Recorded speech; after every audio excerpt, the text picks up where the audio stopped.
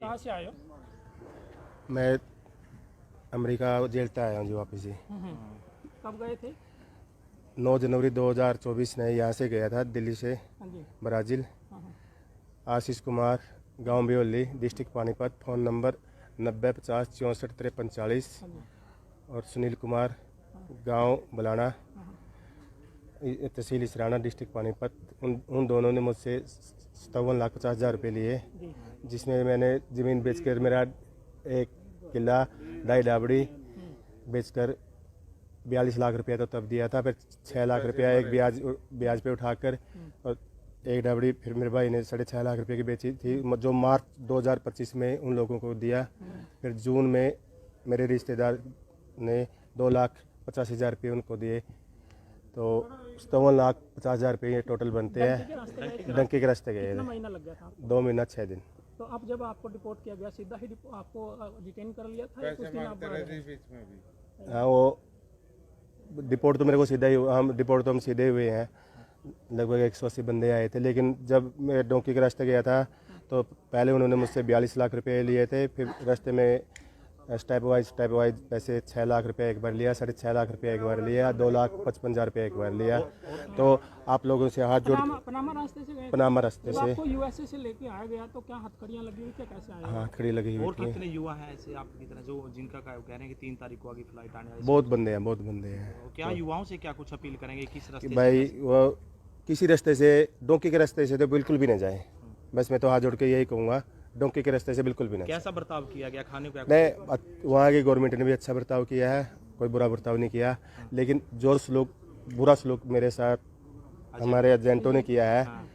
उन्होंने पहले 42 लाख रुपए में बोला था कि अमेरिका पहुंचा देंगे, लेकिन फिर उन्होंने रास्ते में मुझसे ग्वाटामाला 6.5 लाख रुपए और मैक्सिको सिटी 6 लाख रुपया, फिर उसके बाद 2,85,000 रुपये तिजवाना बॉर्डर कदवाने का लिया, लेकिन उन्होंने मुझे एरिजोना बॉर्डर कदवाया। लेकिन फिर भी मैं अमेरिका में एंट्री नहीं कर पाया। 14 महीने जेल काट कर वापस आ गए मैं अपना। क्या नाम है जी? नरेश कुमार। कैथल के 14 युवाओं को डिपोर्ट किया गया है, क्या मामला है सर, ये क्या कुछ जानकारी है?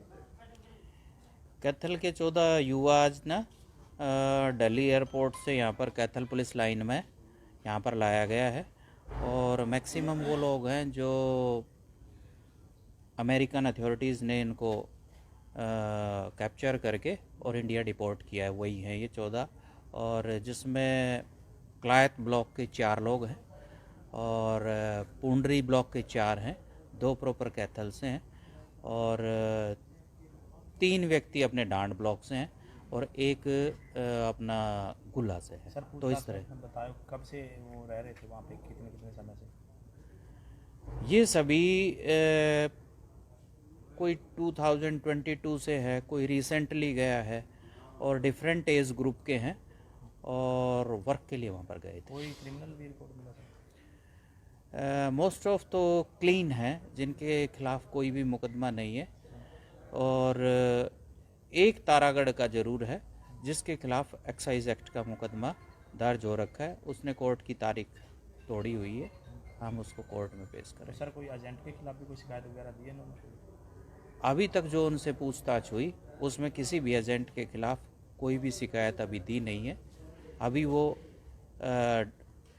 इस मसले पे अपने सोच विचार के पेरेंट्स के साथ जो भी कुछ हमें, डोंकी के रास्ते से गए थे सर, कैसे गए थे? ज़्यादातर डोंकी के रास्ते अडॉप्ट किए हुए हैं, और एक व्यक्ति ऐसा है जो पहले इटली गया हुआ था और इटली के माध्यम से फिर वो आगे चला गया। तो यही सभी 14 युवा है, कोई महिला भी है सर? कोई महिला नहीं है। डिपोर्ट होने का कोई कारण बताया हो जैसे अमेरिका से? डिपोर्ट होने का कारण इनको वहाँ की जो अथॉरिटीज़ थी, अमेरिकन अथॉरिटीज़, और जो इलीगल माइग्रेंट्स थे उनको वहाँ पर अथॉरिटीज़ ने काबू करके और वापस उनके कंट्री में भेज दिया, और अदर कंट्रीज़ के लिए भी ये कार्रवाई उनकी चल रही है, इन्होंने हमें ऐसा बताया। कैथल पुलिस के अब क्या कार्रवाई, कहाँ से लेके आए क्या सर? कार्रवाई रहेगी? ये दिल्ली से आया। अब क्या कार्रवाई रहेगी कैथल आगे पुलिस क्या की? प्रोसीजर है? आगे का प्रोसीजर अभी पूछताछ है, जो भी इंक्वायरी का पार्ट है, इंक्वायरी करने के बाद हम इनको पेरेंट्स को हैंड ओवर कर देंगे। ठीक।